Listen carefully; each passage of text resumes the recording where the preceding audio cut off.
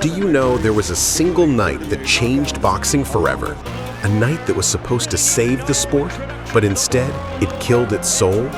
Do you know how one fight, just one, turned legends into brands, fighters into businessmen, and fans into customers? And what if I told you the night Floyd Mayweather fought Manny Pacquiao, the so-called fight of the century, was actually the funeral of real boxing? Because after May 2nd, 2015, the sport never looked the same again.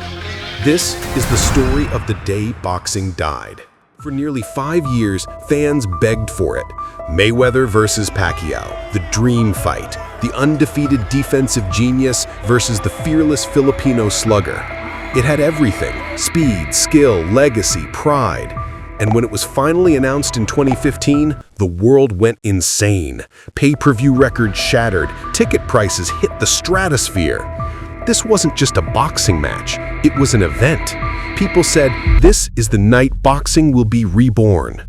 But deep down, something was already dying, because this fight wasn't about honor, it was about money. Boxing had always been a brutal business, but this was different. Both fighters walked away with over $100 million.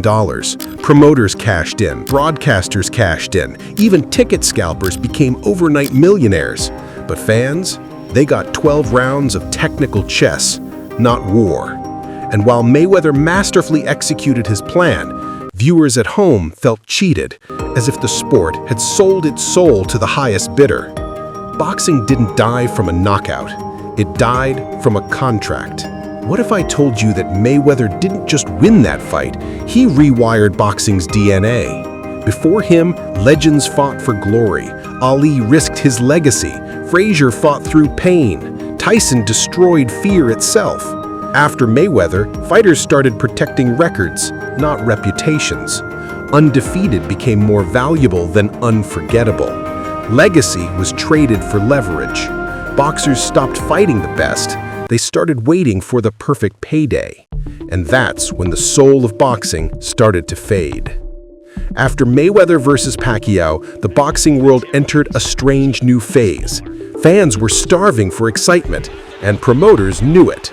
So they turned boxing into entertainment again, but this time the wrong kind. Out came the social media fighters, the influencers, the celebrity bouts. And suddenly, headlines were no longer about titles or greatness. They were about views. Do you know what's worse? It worked. Millions tuned in. Boxing had its attention back, but not its soul. Once upon a time, boxing was poetry in violence. It was about courage, sacrifice, and respect. The roar of the crowd, the blood on the canvas, that was the price of immortality.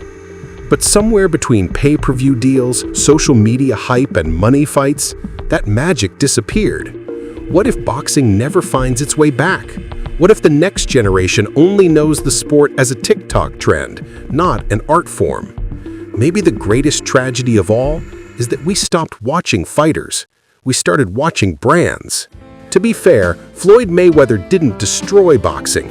He mastered it. He exposed how broken it already was, how corrupt promoters, lazy commissions, and greedy networks had drained it for decades. He simply played the game better than anyone ever did. But in doing so, he became the final symbol of what boxing turned into, a sport where business beats bravery, where perfection matters more than passion. And when the final bell rang that night in 2015, boxing as we knew it was gone. Mayweather versus Pacquiao was supposed to be the fight of the century, but maybe it was the eulogy for everything boxing used to stand for. The sport didn't die in the ring, it died in the boardroom. Signed, sealed, and televised, the day boxing lost its soul. But here's the question: can boxing ever be reborn?